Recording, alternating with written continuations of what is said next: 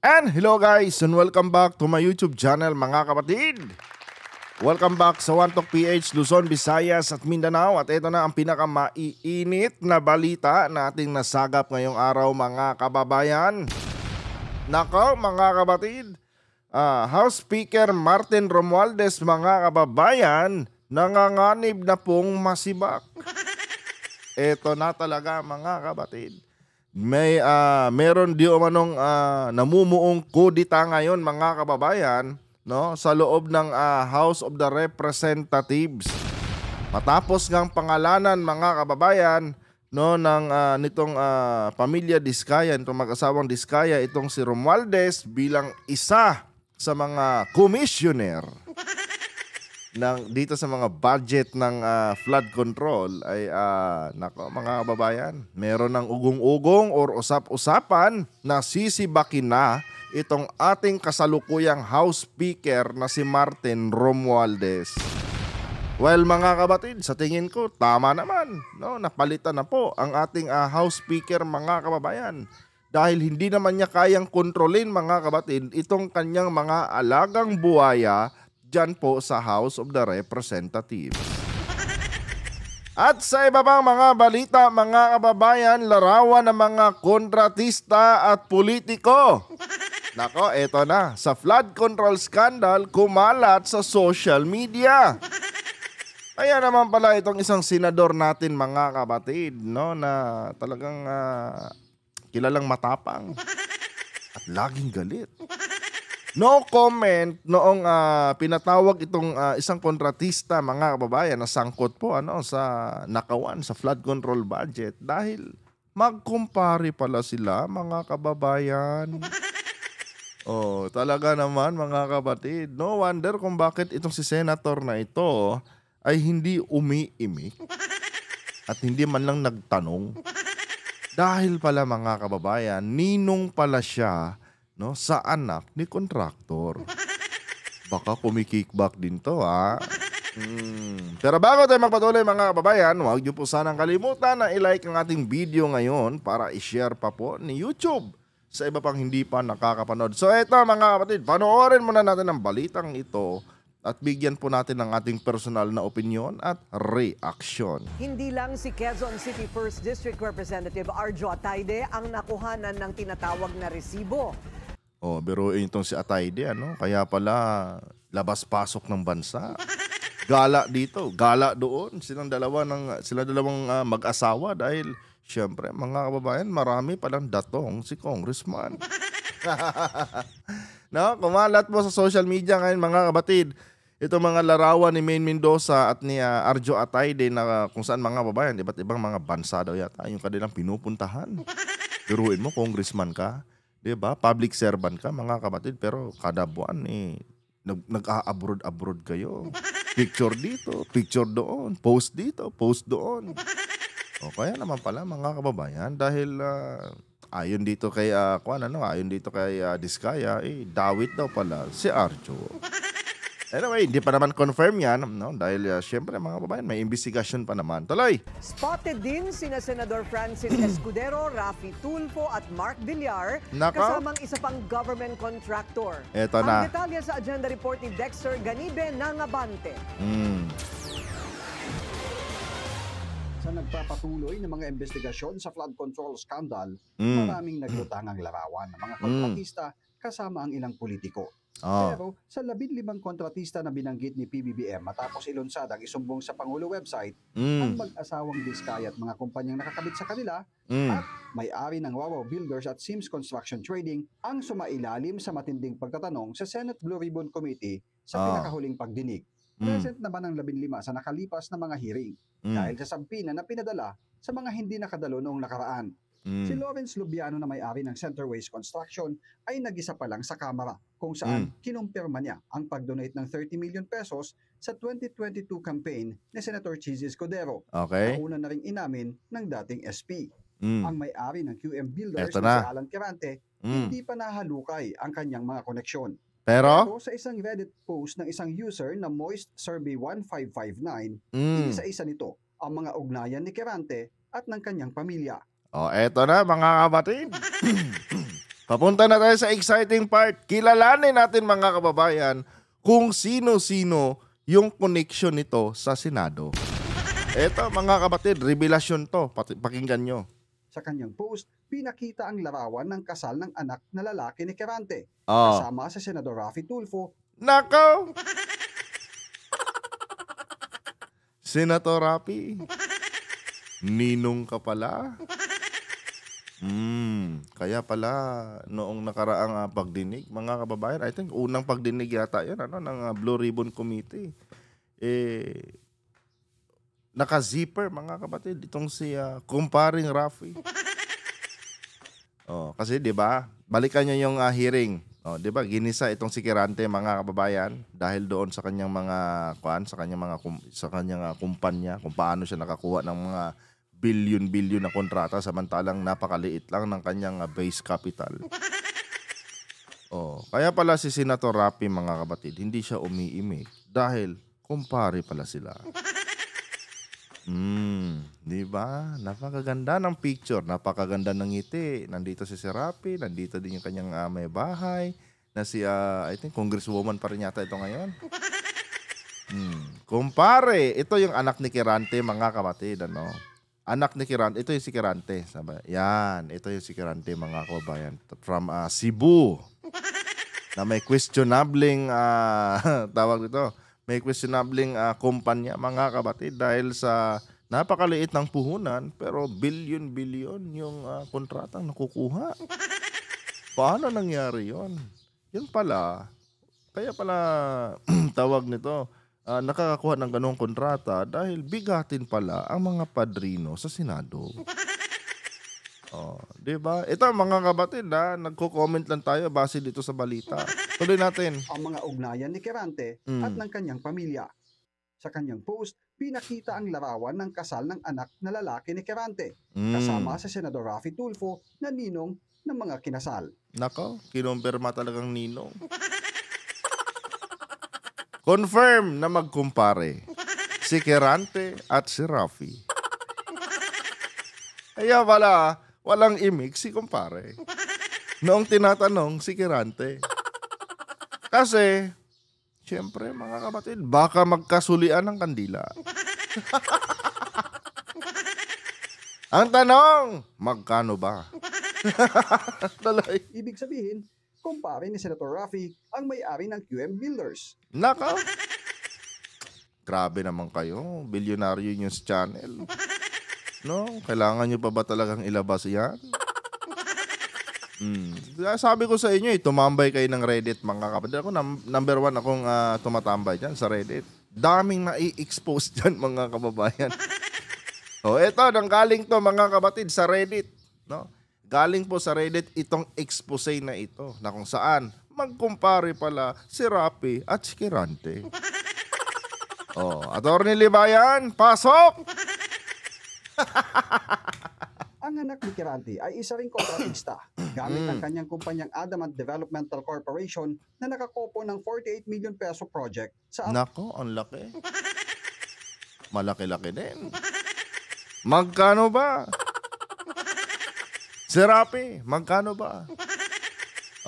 Eto na lang mga kapatid, Ano sa tingin nyo ang dahilan kung bakit ganitong mga klaseng mga tao, no, or bakit mga senador ang kinuhang ninong ni Quirante? What do you think mga kababayan is the purpose? Simple lang, no? Alam na natin lahat dahil para sa proteksyon. Di ba? Yun naman ang sistema ng Pilipinas no? Yun naman ang mga kaugalian ng mga Pilipino. Di ba? Pabor sa atin kapag meron tayong kadikit na mga mai-impluwensyang mga tao. Kasi pabor-pabor naman sa Pilipinas kasi mga kababayan. Yun naman kasi yun mga kapatid. Do you think basta-basta na lang kukunin itong si Senator Raffy mga kababayan nang walang sapat na dahilan? Siyempre kailangan ng proteksyon. Kaya noong nag-hearing, silent, naka-zipper ang bunganga ni kumparing Raffy. Diyos ko. Tuloy! Kanyang Adamant Developmental Corporation na nakakopo ng 48 million peso project sa Argao, Cebu nito lang June 2025. Nako. Ang kapatid naman ni Senator Cheese na si Det, Ito na pa. kinakawan ngayon ng Sorsogon First District, ay nakapangasawa ng isang negosyanteng kirante na nasa cosmetics business. Nako. Lahat pala mga kapatid, pinasok na nitong ni Kirante.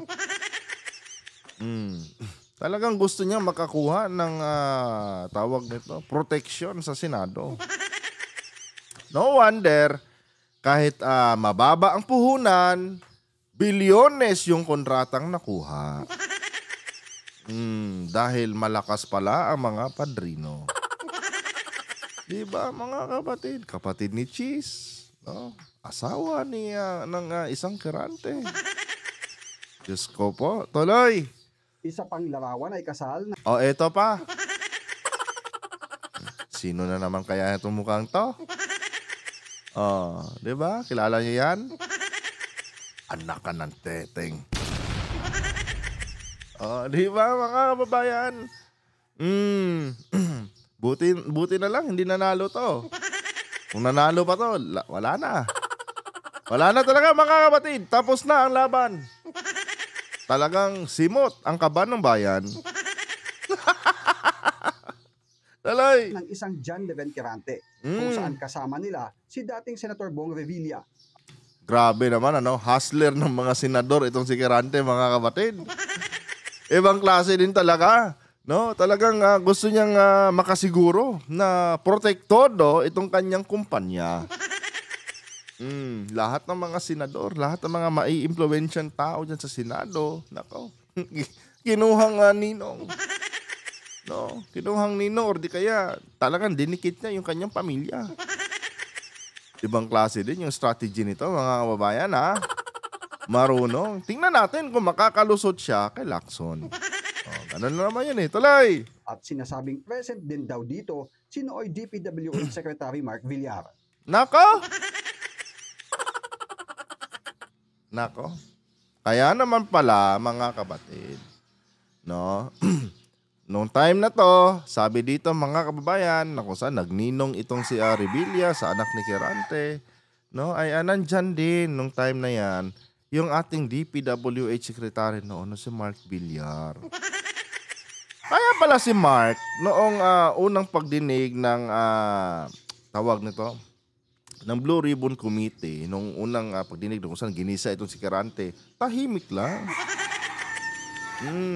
Tahimik lang mga kababayan. Dahil may common denominator pala sila.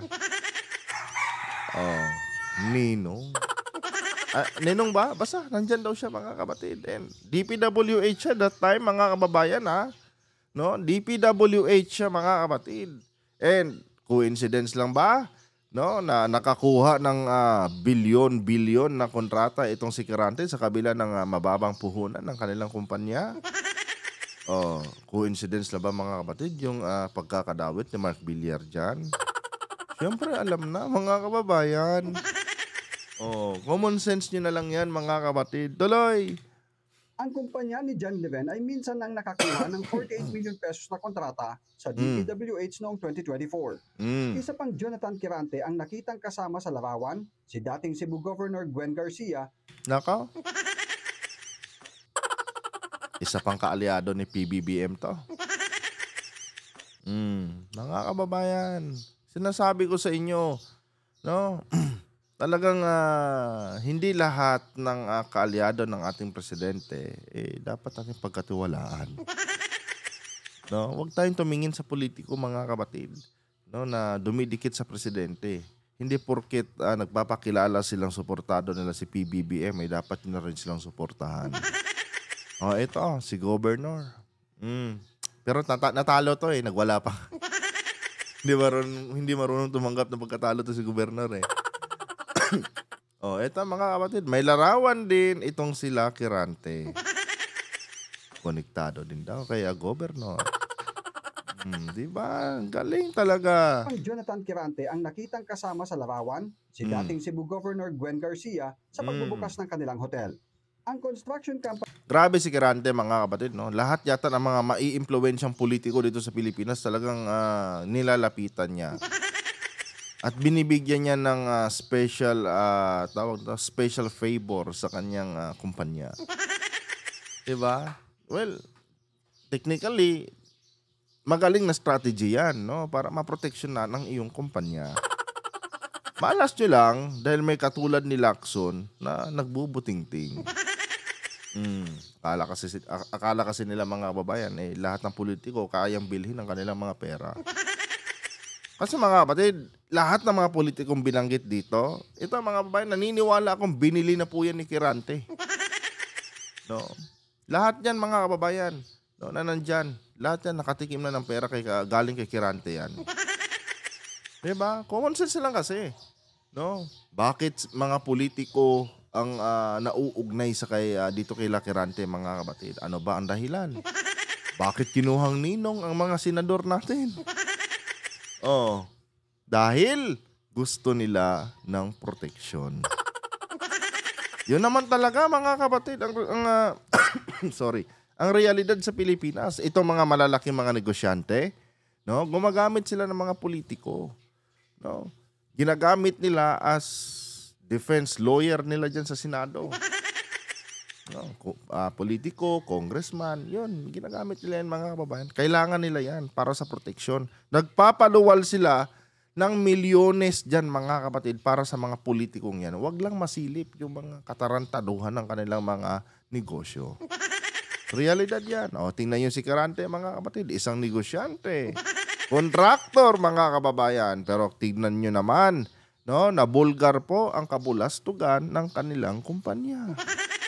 Nabulgar pa yung kanyang mga koneksyon sa mga politiko. Isn't it obvious? Taray. Company ni Jonathan ay na-awardan ng 96 million pesos na kontrata ng DPWH noong 2023. Nakaw, mga kapatid. 96 million. Wow. So amazing. Sa tingin nyo, kung walang connection yan, makakakuha ng ganyang kalaking kontrata yan? Di ba, mga kapatid? Ito, mga kababayan, ang realidad ng ating Pilipinas. Ng ating bansa. Nawawala ako. Di ba? Gamitan lang dito, mga kapatid. Kaya yung mga investigasyon dyan sa Senado at House of the Representatives, pakitang tao na lang yan, pakitang gilas na lang yan, mga kapatid. But in reality, wala talaga. Itong mga politiko na ito, no, ginagawa lang itong komisyoner nitong mga mandurugas na mga kapitalista. Minsan, yung mga politiko din ang nagiging kapitalista. Tulad ni Saldico. Diba? Na kung saan ginagamit lang niya ang kanyang posisyon bilang congressman para proteksyonan yung kanilang mga negosyo. No. Di ba, mga kapatid? Ganito ka walang kwenta ang ating gobyerno. Tapos mag-iimbisiga sila dyan, no? Yun pala, yung ibang mga nagbibida-bidahan dyan, sangkot din pala. So, magkakasama naman sina Davao City Acting Mayor Basti Duterte, Mayor Junard Ahong Kirante Chan, at Marino Party List Representative Sandro Gonzales na VP ng Alticon Builders. Naka? Ang galing pumuna ni Baste. Ang galing pumuna ni Baste, mga kapatid. Grabe kung manira, mga kababayan. Pero eto na. Smile. Baste, konektado ka rin pala sa mga Kirante. Ang tanong, Baste, magkano ba ang komisyon natin dyan? Sure naman. Diyos ka. Sina Davao City Acting Mayor Basti Duterte, Mayor Junard Ahong Kirante Chan, at Marino Party Representative Sandro Gonzales na VP ng Alticon Builders. Hindi rin pala basta-basta talaga itong pamilya Kirante, mga kapatid. No? Dahil may mga kapatid din sa mga mayor. Mayor, mga kababayan. Diba? Nasa politika din pala yung iba nilang mga kamag-anakan.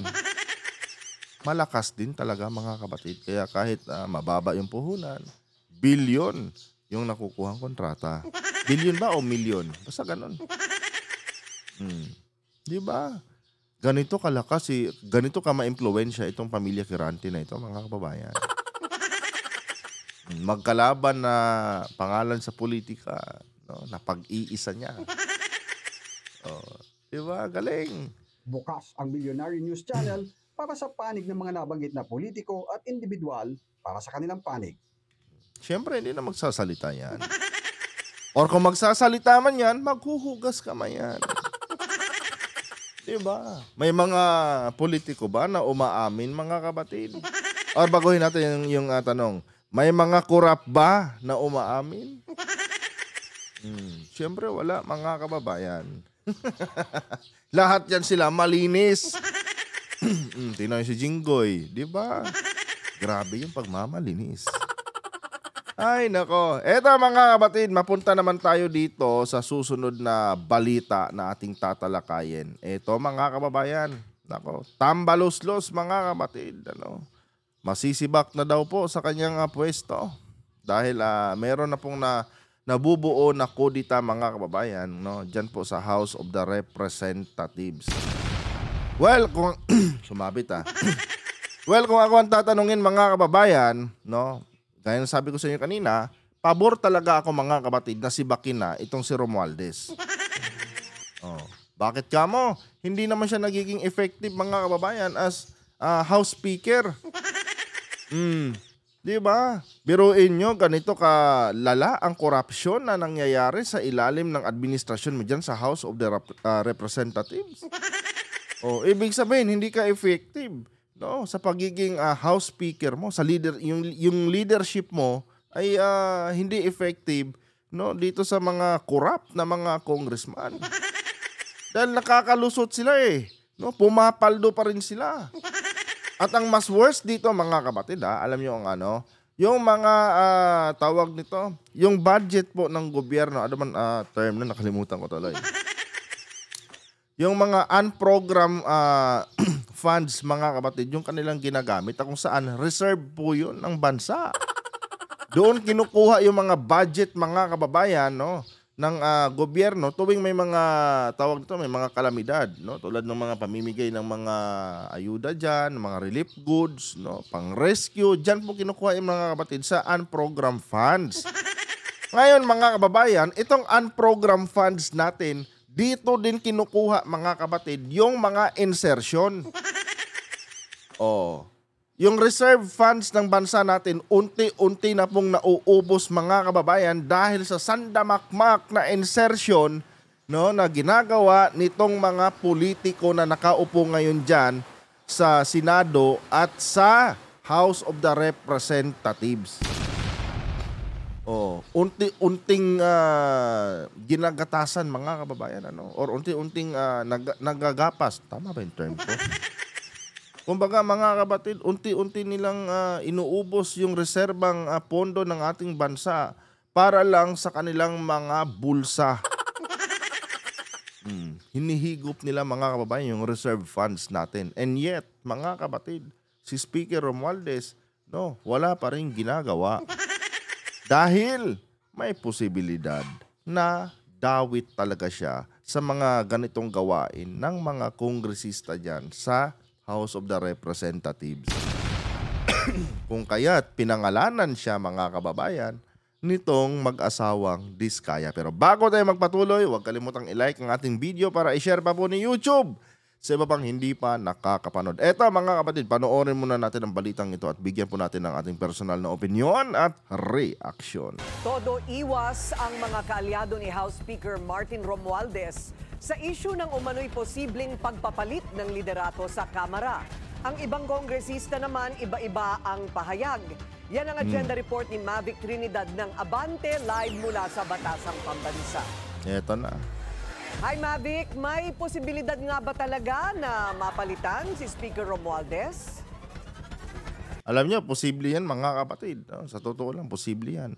Hindi natin alam mga kababayan. No? Sa likod ng tawag nito, pagtayo-tayo dyan ni Speaker sa House of the Representatives, sa pagtayo dyan sa session hall ng House, yung iba pala dyan mga kababayan, pasikreto na siyang tinitira. Diba? Tulad dito sa nangyari kay Escudero, mga kapatid. No? Pangiti-ngiti lang si Chis Escudero. Diba? Yung pala, nagkakaisa na yung ibang mga kasama niyang mga senador na si Bakin siya. Ganon din yung nangyayari dito ngayon, mga kababayan. No? Sa House of the Representatives, mga kapatid. Siyempre, yung iba dyan, no? Yung iba dyan, mga kababayan, gustong magmalinis. Kaya ngayon, no, makikiisa sila dito sa pagsibak kay Romualdez para naman, mga kapatid, hindi sila malagay doon sa bad picture. Nasa bad picture na si Romualdez no, kasama itong si Saldico dahil nga isa sila sa mga dinawit talaga, no, literal na pinangalanan nitong mga diskaya sa nangyaring kurakutan, mga kababayan, nangyaring nakawan sa budget ng flood control. Biruin nyo. Pag hindi nagbigay yung diskaya ng mga dinidemand yung porsyento na magkano yun? 25 to 30%? Kakastiguhin nyo yung kumpanya nila?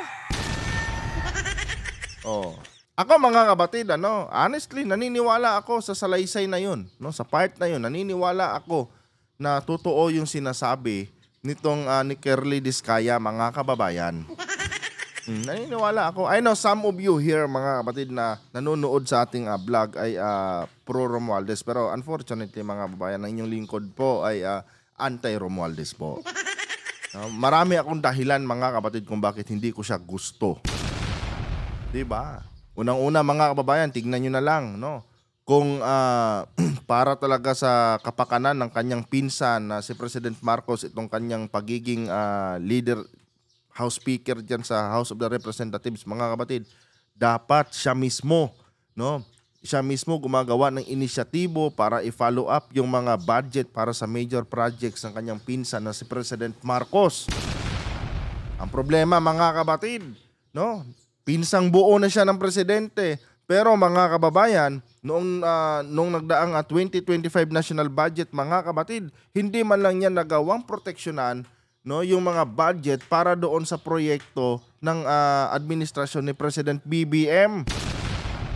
Diba? Mas napaboran, mga kababayan, yung mga proyekto ng kanyang mga magnanakaw na alagang buhaya dyan sa House of the Representatives.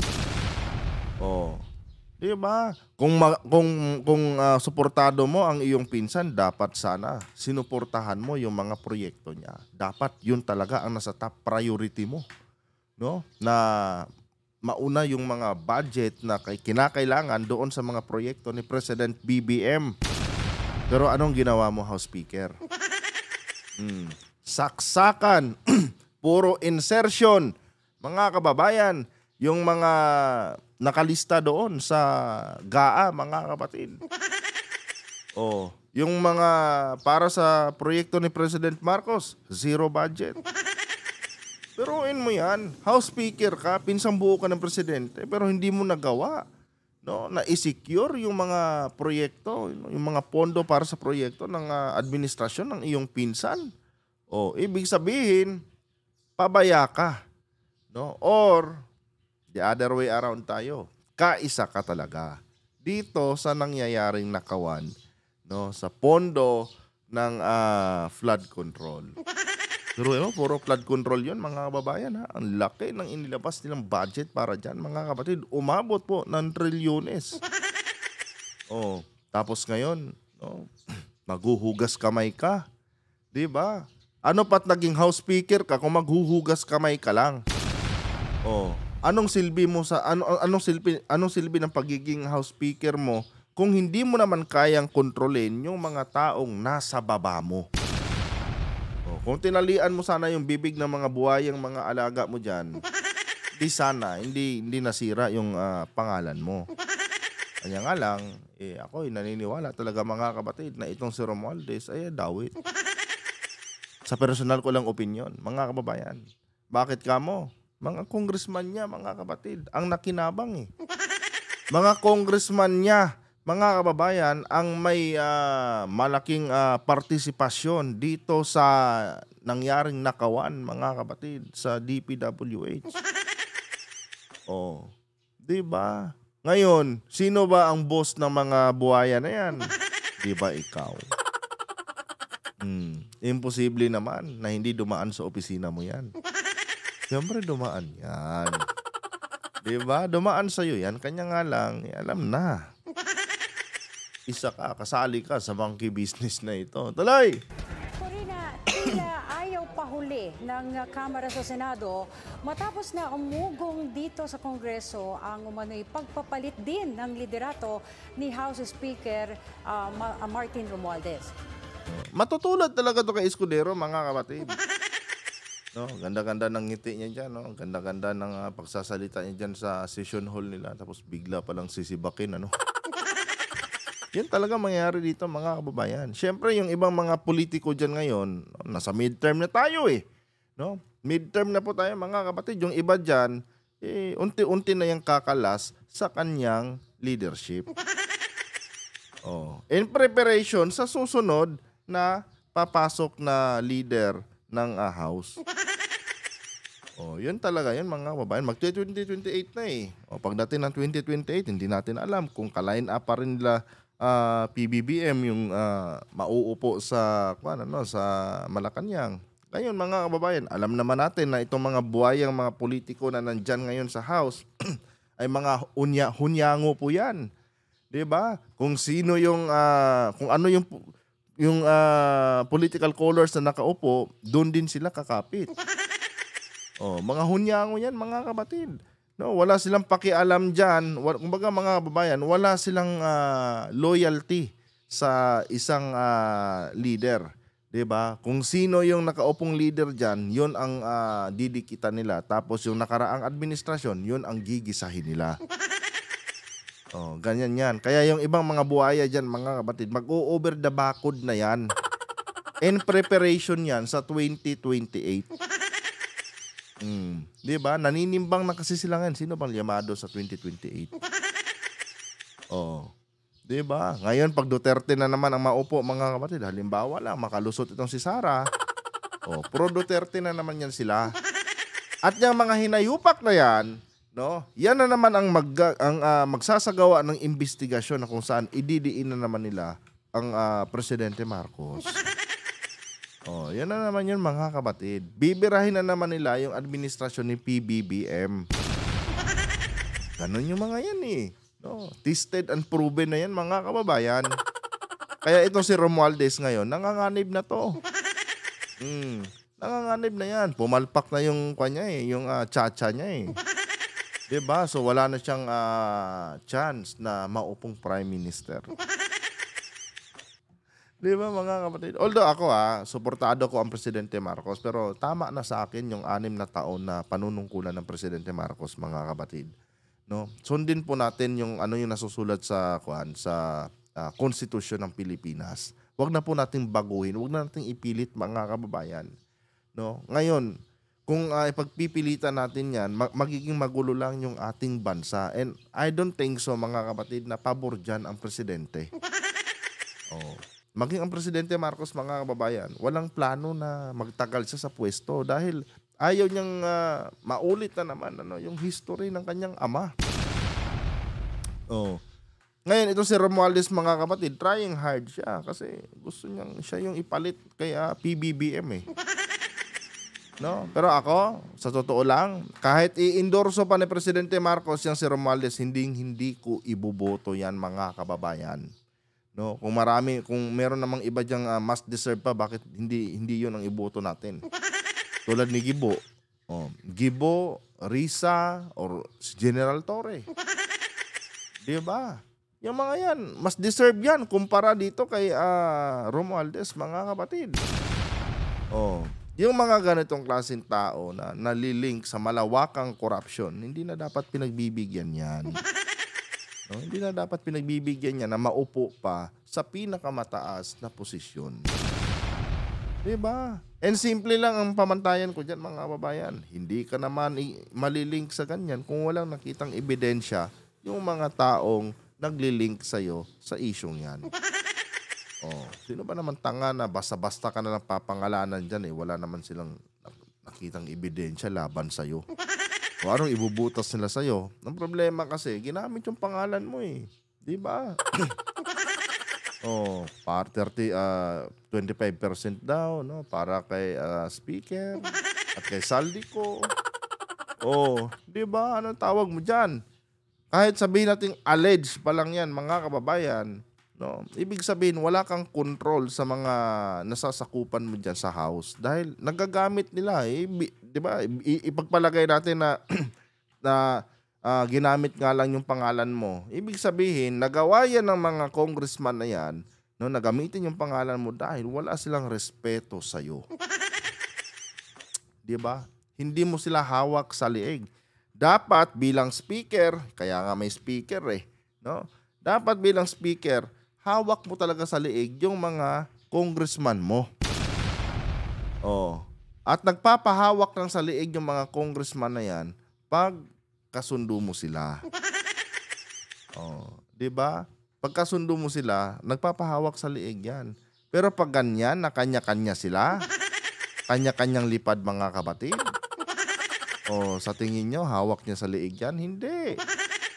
No, dahil kaisa din kasi siya sa mga gawain ng mga 'yan. Oh. Pwede naman kasi sabihin na, speaker, anong gusto mo? Sibakin ka namin o makiisa ka sa amin? Siyempre si speaker. Siyempre gusto ko maging speaker pa rin. 'Di ba? Kaya makikiisa ako sa inyo. Sorry mga babayan, pero yun talaga paniniwala ko Itong si Romualdez, sunod-sunuran talaga sa mga veteranong mga korap dyan. Sunod-sunuran talaga siya mga kapatid. Dahil kung matino si Romualdez tapos hawak niya sa liig, yung mga yan, hindi gagawa yan ng sandamakmak na insertion. Pero dahil nangyari yan, ibig sabihin mga kapatid, out of control niya yung mga buhaya dyan sa house. No? Na kung saan mga kababayan, pwede nga siyang i-blackmail pag hindi siya nakiayon sa mga kalakaran nila dyan sa House of the Representatives. Tested and proven na yan. Kaya ngayon, tingnan nyo, nanganganib itong si Romualdez mga kapatid. No? Yung ibang mga congressman dyan, napaisip na yan. Lumabas na ang pangalan ni speaker. Mag-isip-isip na tayo. No? Bago pa tayo mapasama, no? Dito sa kanyang sa mga aligasyon laban sa kanya. Sibakin na natin yan. Pag sinibak natin yan, tayo pa yung bida. Diba mga kababayan? Pwede yun mga kapatid. No, kaya ngayon, usap-usapan na dyan yung kudita. At eto na yung chance nila mga kababayan. No? Na tawag nito, mapalitan si speaker dahil may bahid na May mansya na si speaker. Tuloy. Please raise your right hand and repeat. Matapos ang fourth wave ng kudita sa Senado na muling nagbalik kay Senador Tito Soto bilang Senate President at sa gitna ng pagkakadawit sa ilang mambabata sa flood control scandal, tila namimiligro na rin daw ang palitan sa liderato ng Kamara. Umuugong na posibleng sumunod na palitan si House Speaker Martin Romualdez matapos kaladkarin ng isa sa mga contractor sa issue. Yan talaga papunta dyan. Yan talaga papunta yan. No. Kasi hindi mo na-control no? Walang respeto sa'yo yung mga congressman dyan Di ba? Anytime pwede ka nilang sibakin, speaker. Di ba? Dahil wala ka ng pakinabang sa kanila ngayon. Bakit ka mo? Nailantad yung pangalan mo Sumabit ka baka later on yan, magulat ka na lang pag ganyan-ganyan ka, pangiti-ngiti ka dyan sa taas, tapos bigla may magmungkahi. Your Honor, no? I want to suggest, no, to ano ba tawag doon? Yung tulad nung sinabi ni Juan. Ang hirap pas mag-English. Basta yun. Bigla na lang may magmungkahi na, Your Honor, no? Minumungkahi ko po. Tagalogin na lang. Minumungkahi ko po na ibakante ang upuan ng House Speaker. Fuck! Sibak. Tapos biglang magsigawan yung majority ng mga congressman, I second the motion, Your Honor. Patay si Romualdez. Panigurado, no? Pag nasibak to mga kababayan, siya talaga ang gagamitin ng mga buhayang kongresista dyan. Siya ang ididiin lalo mga kapatid. Namansahan na siya eh. Napangalanan na siya eh. Oh. Diba? Alam na natin yung galawan ng mga animal ng mga congressman dyan. Oh. Mga mauutak yan. Yung ibang mga buhaya dyan, magmamalinis na ngayon yan. Makikiisa yan. No? Magpapa-interview pa yan. Wala eh. Ganito kasi. Gusto natin ng malinis na leadership eh. Pero si speaker kasi nadamay eh. Diba? Yan yung magagawin ng mga bida-bidang mga buhaya dyan. Oh, gagamitin nilang pain itong si Romualdez. Ay, pain no. Gagamitin lang pananggalang. Ito yung kanilang pupulutanin dyan mga kapatid. No? Bakit nyo inaprobahan ito, Mr. Speaker? Alam nyo naman ganito ganyan. Diba, mga kababayan? Yan po ang magiging labas dito, pustahan, mga kapatid. Tuloy. Binanggit kasi siya ni Curly Discaya sa Senado na umano'y kasama sa nakikinabang sa kitaan sa mga proyekto sa DPWH. Oh. Pero sa pagdinig ng Kamara, binawi ni Curly ang pahayag niya sa Senado. Mali, hindi naman binawi. No. Ang sabi kasi ni Curly, tawag doon ni Curly Discaya, noong sa Senate siya, para daw po kasi Your Honor sa taas. O nung tinanong siya sinong taas, kay Speaker po. Para daw po kay Speaker. O. Yung statement ni Curly mga kapatid, hindi talaga direct na inaakusahan niya si Speaker. Para daw kay Speaker, para daw sa taas. Yung 25 to 30%. Ngayon sa House of the Representatives naman, nilinaw ni Discaya na baka ginagamit lang itong kanyang pangalan, yung pangalan ni Speaker at ni Saldico. No? Yan ang sabi ni Discaya. Hindi niya binawi, hindi niya binago. Mali yung term na binawi or binago, mga kababayan. Dahil doon pa lang sa Senado, hindi naman niya direct na pinangalanan si Speaker dahil merong mediator eh, merong namagitan eh. At ginamit lang si Speaker as warrant para makaligwak ng makaligwak ng milyones dito kay Discaya. 'Di ba? Same goes din sa kanyang statement diyan, no? Kumbaga tawag na ni-rephrase lang ni Discaya yung kanyang pagkasabi doon sa Senado na baka nga ginagamit lang ang pangalan ni Speaker at ni tawag nito ni Saldico. Nasaksakan ng insertion. Gusto ko iparting din kay Speaker po at saka kay Saldico na baka po nagagamit lang po ng mga politikong ito ang inyong pong pangalan. Wala raw siyang koneksyon kay Romualdez. Pinagbasehan lang daw ni Discaya ang mga kausap niyang politiko na humihingi ng parte umano ni Romualdez sa proyekto. Pero ang tanong, sapat na nga ba itong dahilan para magbago ang liderato sa Kamara? Oo, sapat na yan. Diba? Dapat nga kung tawag nito, kung may delikadesa itong si Romualdez, no? Dapat nga sa isyong ito bumaba na talaga siya eh. Lalo na't mga congressman niya yung nadawit. Oh, kung may delikadesa ka, under yan sa leadership mo, dapat bumaba ka na, nag-concede ka na kaagad na ito, bababa na po ako. No, pumili lang ka ng ibang speaker ninyo. Hindi yung nakikipagmatigasan ka pa at pinagpipilitan mo pa yung sarili mo bilang speaker. Oh. Hindi mo nga makontrol yung mga buhaya mo dyan eh. Mga alaga mong buhaya dyan eh. Ibig sabihin yan, wala ka, hindi ka effective. Kaya dapat lang na bumaba ka na.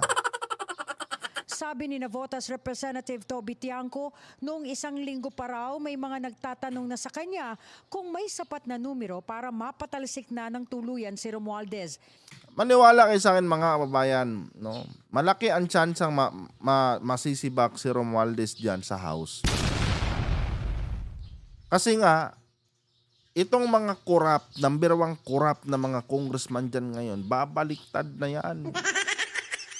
Oh, babaliktad na yan. Dahil ito, tingnan nyo Pag nagpalit ng leadership, mga kapatid, sa ating gobyerno, halimbawa, natapos ang term ni PBBM, tapos kalaban sa politika ni PBBM yung naupo. Siyempre, mga kababayan, no, itong house natin, sila na naman yung gigisa dito sa mga dating kaalyado ng administrasyon. Ngayon, kung congressman ka, na dikit ang dikit kay Martin, tapos napag-usapan to sa susunod na tawag to na susunod na administrasyon, itong issue ng flood control, malamang sa malamang, sila talaga na kadikit ni Romualdez ang gigisahin.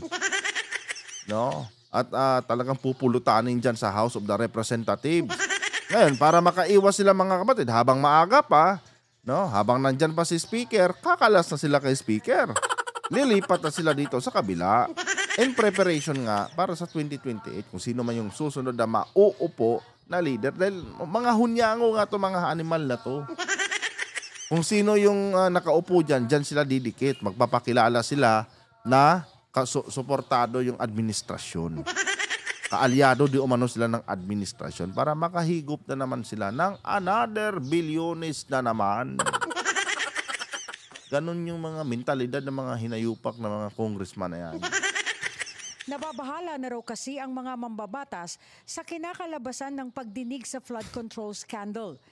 Lumalapat. Nababahala sila dahil baka madawit sila. Pwede naman magkaroon ng arrangement kasi na sige, suportahan niyo ako, no? Kasi pagka sinuportahan niyo ako, sige. Hindi namin kayo isasama sa mga iimbestigahan namin. Mga kapatid, literal 'yan. No, may mga ganyang kwan diyan. May mga ganyang mga proposal diyan na nangyayari sa loob ng house. Ito Kong Toby, no? Handa ka daw suportahan ng iba nating mga kasamahan dito. No, basta sana daw pag ikaw yung speaker, hindi mo sila bibirahin. May mga ganyan yan, mga kababayan, akala nyo ba? No, may mga pabor-pabor yan, mga kapatid, para bago makuha yung boto ng mayorya. Pag pumayag si Toby, sige, hindi naman masyado yata malaki yung mga nabulsa nyo eh. Sige, ito lang mga dikit talaga kay speaker ngayon, yung ating bibirahin. Sige. Suportado ko na namin. Sibakin na natin si Romualdez. Sibakin. Diba? I mean, real talk lang, mga babayan. May mga ganyang arrangement dyan. No? Hindi po yan literal na nagbubutuhan lang. Walang ganon, mga kapatid. Gapangan dyan, mga kababayan. Nagkakaroon ng gapangan dyan para masigurado, ma-safe keep nila yung kanilang mga sarili. No? Ngayon, pag hindi pumayag si Toby, pasensya ka na muna, Toby. Kung Toby, wala na muna tayong pag-uusapan. Hindi mo pala kami mabibigyan ng assurance eh. Kailangan namin assurance na safety kami. So, hayaan na muna natin si speaker dyan. Ganyan talaga, mga kapatid, ang nangyayari dyan sa house. Tuloy! Panangkinanta ng mga diskaya ang ilang kongresista sa anomalya. Sa panayam ng Billionaire News Channel sa ilang mambabatas, may mga nagkumpirma at may mga nag-deny sa isyong ito. Sa isang text message, yung mga nag-deny, yan pa yung hindi pa natatauhan. Nadikit ng dikit pa kay Romualdez. Pero yung iba dyan, advance mag-isip yung iba dyan. Papalitan si speaker. Sige. Sino ang papalit natin? Si Toby Chanco? Sabihin mo dyan kay Congressman Toby. Basta ba't hindi niya kami idadamay sa investigasyon niya eh. Basta ba't hindi niya kami ini-name drop dyan eh. Hindi niya kami, basta ba't bibigyan niya kami ng protection sa mga gustong ituro kami bilang kasali dyan sa corruption sa flood control eh. Susuportahan namin siya. Nasa kanya yung boto namin.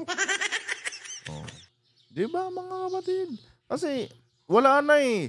Hindi na nila mapipigilan itong pagputok, mga kapatid, nitong isyong ito. No? More on depensa na lang sila, mga kababayan. More on pagmamalinis na lang sila. At hindi maganda yan, mga kapatid. No? Yung ganyang pangyayari. Dahil pagka ganyan na nagdidepensa na lang sila. Ibig sabihin, nakatutok sa kanila yung atensyon ng taong bayan. No? And binabantayan bawat galaw nila dyan. Syempre mga babayan, kung bantay sarado sila ng taong bayan, laging maki-question talaga pag may ginawa silang mga kalabisan dyan. Para malihis, para mabago, no, yung algorithm ng tawag na parang digital lang Para mabago yung algorithm, mga kapatid, ng House of the Representatives. No, dahil masyado nang natitrigger No, Romualdez na lahat yung keyword sa House Romualdez at Saldico. No, yun yung mga keyword ngayon sa House Ngayon, para mabago, ma-refresh yung algorithm ng House of the Representatives, kailangan palitan yung leader. Para mabago na naman. Hindi na valid, wala na yung Romualdez sa isa sa mga keyword dyan sa House. Pag ni-research mo na ngayon yan sa YouTube, Tubichanko na. Or kahit saang tawag dito, kahit saang search engine, pag sinabi mong House, ang isasuggest sa'yo, Tubichanko. Ngayon kasi pag sinearch mo House of the Representatives, pag enter mo pa lang mga kababayan, more on Romualdez agad yung lumalabas. Yan yung nakasulat yan sa algorithm ng bawat platform Pero pag napalitan na ng Tubichanko yan, bago na. Ngayon, ang mga isasuggest sa'yo niya na mga videos, no, more on Tubichanko na, hindi na more on dito sa mga flood control na kung saan under sa leadership ni Romualdez. Yan yung mga kapatid. Ay, yung iba dyan, hindi porket sinuportahan si Tubichanko, hangaan nyo na agad itong mga congressman na sumuporta sa kanya. Tandaan nyo mga kapatid, no? Yung iba dyan, makakapal na po ang mukha. No? Wala na silang pakialam dyan kung sino man yung nakaupo dyan. Basta sa kanila dyan mga kababayan, napagbibigyan yung kanilang mga ginagawang pagnanakaw. Sinabi ni Negros Occidental 3rd District Albi Benitez na public office is a public trust. Sinundan niya ito ng isa pang text message, kung wala. Public office daw is a public trust. Ang tanong, kapani-paniwala ba? Dapat bang pagkatiwalaan? No? Yung nasa loob ng public office. Kung Benitez. Diba? Yung bang mga taong mahilig mga bit, dapat bang pagkatiwalaan yan? Diba mga kapatid? Real talk lang Real talk lang po mga kababayan. Yan ba mga mahilig mga liwa? Dapat pa pagkatiwalaan yan? Simple lang yan Kung pamilya mo walang tiwala sa'yo, kung asawa mo walang tiwala sa'yo, bakit ang taong bayan kailangan magtiwala sa'yo? Segue lang ito mga kapatid, dahil di ba may issue nga siya. Tuloy. Anong tiwala, dapat na anyang umalis. Isa si Benitez sa sinasabing contender sa pagka-speaker, bukod pa kay House Majority Leader at Presidential son Sandro Marcos. Pero kung si Tiangco ang tatanungin, hindi lang daw dapat speakership ang palitan, kundi ang buong liderato ng Kamara. Tama yun mga kababayan. Dapat i-restructure talaga mga kapatid itong House. No? Para mabago. Kasi wala namang silbi kung sibakin nyo si Romualdez dyan, tapos yung mga dating tuta ni Romualdez nakaupo pa rin dyan sa bawat komite. Diba? Walang silbi yan mga kapatid. No? More on pabor pa rin kay speaker yung mga gagawin yan. Kay former speaker. And sana, malay nyo mga kababayan, makalusot itong si Congressman Sandro. No? Kasi sa tingin ko, mas okay yata pag itong si Congressman Sandro ang maupo. Dahil syempre mga kapatid, tatay na niya yung presidente. Mabibigyan talaga niya ng priority yung mga proyekto ng kanyang ama. Diba? Imposible namang tablahin ni Sandro mga kababayan itong kanyang tatay na si President BBM. Syempre mga kapatid, full support siya sa kanyang ama niyan. No, mas pabor ako doon mga kababayan kung si Sandro ang mauupo. 'Di ba? Mas gaganda, no? Kahit papaano magkakaroon ng kaunting liwanag, no? Itong natitirang mga araw ng administrasyon ni PBBM mga kapatid. Malay nyo, no? Makatulong pa si Sandro sa pagsugpo dito sa mga corrupt na mga congressman na ito. Diba? Yan yung importante mga kapatid eh. Kaya siguro, pabor talaga ako. No? Pabor talaga ako na si Sandro na lang ang ipalit dito kay House Speaker Martin Romualdez. At least mga kapatid, no? Magkaroon man lang ng kaunting dangal itong House of the Representatives ngayon. Dahil syempre, biruin nyo. Corruption, trilyones na corruption yung kanilang kinakaharap ngayon na issue, mga kababayan. Biruin nyo yan. Maging si Kamanggagawa Party List Representative Eli San Fernando, kinumpirma niyang matagal nang may nangyayaring gapangan sa pagbabago ng House leadership. Pero inamin niyang wala pang kumakausap sa kanya. Todo iwas naman sa issue ang mga kaalyado ni Romualdez, gaya ni Deputy Speaker J.J. Suarez na ilang beses niyang sinabing walang ganitong issue at hindi anya mangyayari ito. Baka hindi nyo lang alam. Hindi nyo lang alam siguro.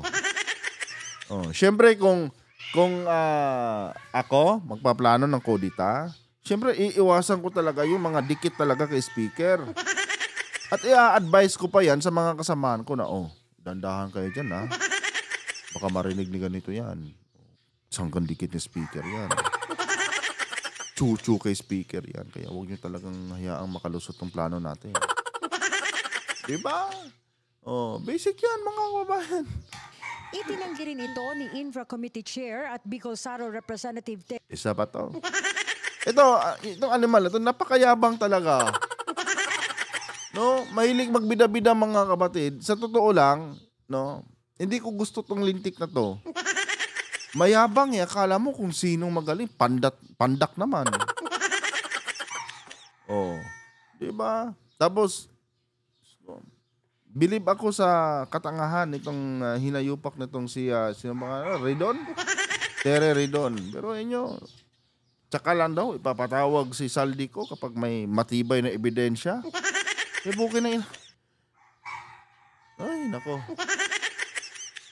Part owner, no? Co-founder, si Saldico sa Sunwest Builders, na kung saan sangkot sa malawakang corruption sa budget ng flood control, tapos sasabihin mo, tsaka na lang, pagka may matibay na ebidensya, kulang pa ba yan? Kulang pa ba na malaman mo or ipamuka sa'yo na part owner, pasensya na mga kapatid, may kuliglig dumaan eh.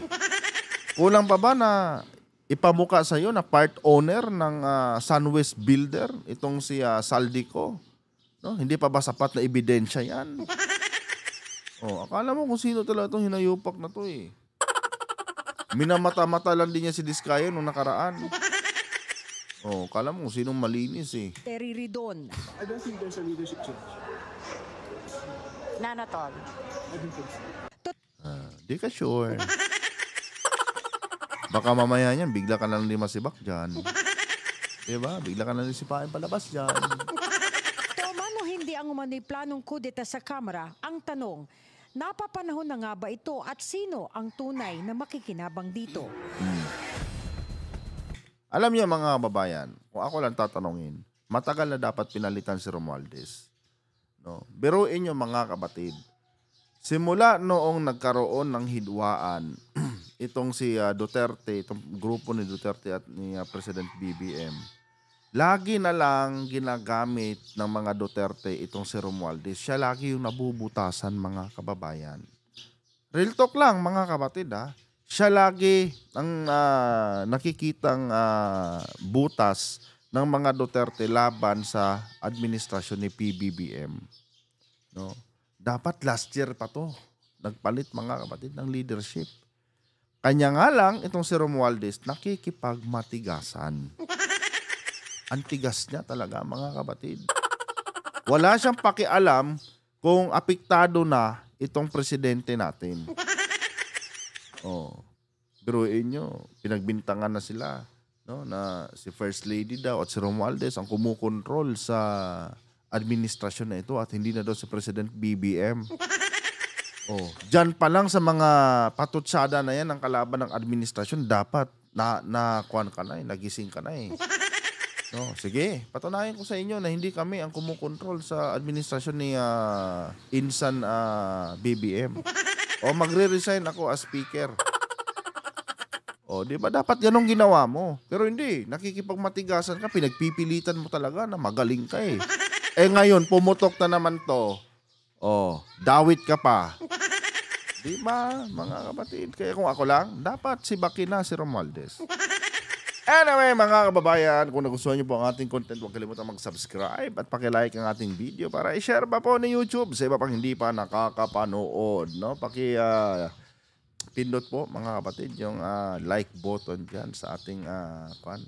No? Kasi napaka-importante yan. At yan lang, mga kababayan, masaya na po ako. At mag-comment na rin kayo dyan, mga kapatid, sa ating comment section kung ano po sa tingin nyo. No? Dapat bang sibakin si Romualdez? O dapat manatili pa rin si Romualdez bilang House Speaker? Magkaiba man ang ating mga opinion, mga kababayan, lagi po natin tandaan na pareho po tayo, pare-parehas po tayong mga Pilipino, mga kapatid. No, ang opinion nyo ay opinion nyo po yan. Ang opinion ko ay opinion ko po to. No, kung agree kayo, di parehas tayo. No? Pero pag hindi kayo agree sa akin, karapatan nyo po yan, mga kapatid, dahil may kanya-kanya tayong obserbasyon sa mga nangyayari dito sa loob ng ating bansa. Hanggang dito na lang. Adios.